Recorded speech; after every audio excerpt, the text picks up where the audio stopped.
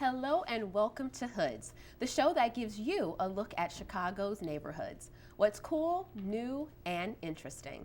I'm your host, Tara Johnson. On today's episode, we're going to take a look at Andersonville. Sitting next to me is Veronica Robinson, an expert on the area's history. This historically Swedish neighborhood has stayed true to its roots while evolving into an economically thriving town based on independently owned businesses. One staple of the town's history is the Swedish bakery. Combining history with modern trends is an Andersonville store called Woolly Mammoth.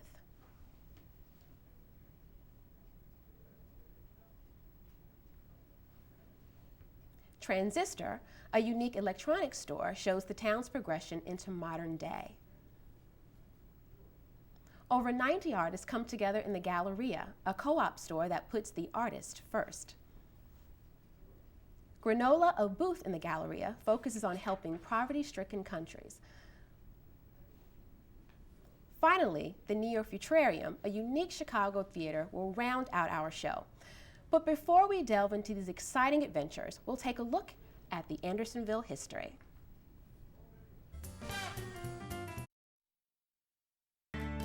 Andersonville is a neighborhood in the northern part of Chicago. It started as a farming community in the 1850s. After the fire in Chicago in 1871, they no longer allowed wooden houses to be built within the city limits or by the water. So people started moving north, and at that point this was sort of farmland. So a lot of Swedes came from farming areas and moved north, and they didn't really have to move out to the suburbs, so they ended up around this area where there was some farming and they could build their own wood houses and also do some more construction. At the turn of the 20th century, more Swedish immigrants came to Chicago. Well, there were a million Swedes that left Sweden between 1870 and 1920. And they settled in different parts of the United States. It's sort of everybody gathers where they have the commonality of their own heritage and people that they know. And that's sort of how the different communities started. And this was the Swedish area, you have the Polish area, you have the Irish area, and this just sort of happened to be the Swedish area. They had schools, and then they started lots of different businesses. The culture and heritage of Andersonville stayed the same until the 1980s. I would say it started changing a little bit more in the mid to late 80s, when there were different businesses moving into the area of different ethnic backgrounds. And today, if you walk up and down the street, you have very few Swedish stores or Swedish businesses. It's more of a mix of everything. But it's kept its focus on being locally owned. So you have very few chain stores. You have Starbucks, you have Potbellies, and you have some, food-related places. But all the other stores are privately owned and locally owned. In 2004, there was an economic study of Andersonville reported in newspapers across the globe. It stated that the success is due in part to the locally owned businesses. The dollars stay in the neighborhood because if you have your own locally owned business, you have a tendency to go to the store next to you and buy from that store, which then keeps the money in the neighborhood. So we also get a lot of people coming in, obviously from other locations, which I don't think we could survive without that. But it's sort of turning the dollars around in the neighborhood, and therefore you can also reinvest in the neighborhood. So whether one is interested in the Swedish culture, unique shops, restaurants, or just wants a good lesson in economics, Andersonville has a little something for everyone. It just makes it the feel of a small town, and everybody sort of cares for each other and makes sure that the other businesses are thriving just as well as your own business is thriving, because we need everybody to come to the neighborhood. We have Veronica Robinson from the Andersonville Swedish American Museum. Veronica, thanks so much for coming out today. Thank you for having me. I'm going to take a little time and ask you a couple of questions about the museum. Yeah. How did it get started? Well, the museum was founded in 1976 by a Swedish immigrant named Kurt Mattiasson. He owned the Swedish restaurant Svea, which is still in operation today. He and his friends decided that they needed sort of a home for the Swedes of Chicago, and so they founded this museum in Andersonville, just a little up the street from our present location. It was about 1,000 square feet.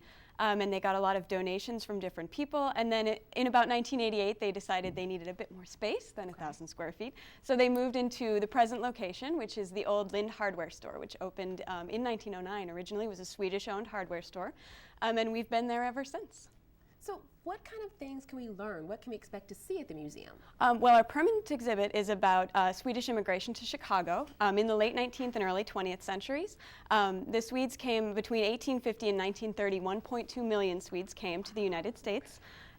From Sweden, of course, and a lot of them settled in Chicago. Mm-hmm. So we have a bit about leaving Sweden, what you had to pack in your trunk, the journey to America, going through Ellis Island, as well as careers, clubs, all kinds of Swedish life in Chicago.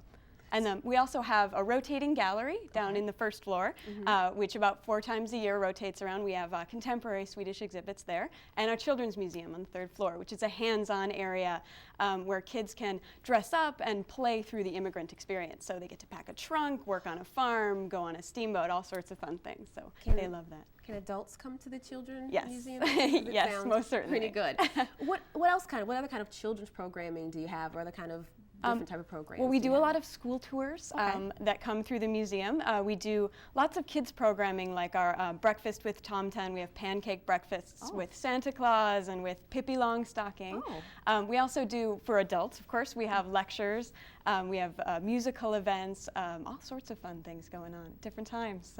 So this museum seems like a real staple in the neighborhood. Yes. Is it the type of thing where families come together and view all the exhibits? Yeah, we have a lot of out-of-towners that come in to see the museum, but we also have a lot of local families who live in Andersonville. We do an after-school program called Hayson, where kids get to come and they do a craft and have a snack, and so we do a lot working with the neighborhood and with local families. And what's the current exhibits at the museum right now? Right now we have Dalsland Goes West, which is a series of Swedish painters. They made all these little 4x4 paintings, which all hang in rows. It's really kind of neat to see because they're little, slightly different from each other, little sort of plays on the same theme. So.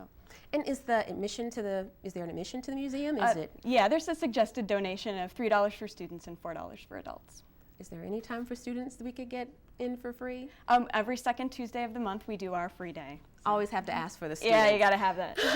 And I've heard there's been some royalty that's come through the halls of the museum. Is that true? Yes, that's definitely true. In 1976 and again in 1988 when they reopened the museum, King Carl Gustaf and Queen Sylvia from Sweden came over to help open the museum. So they did a whole ceremony and ribbon cutting and all that fun stuff.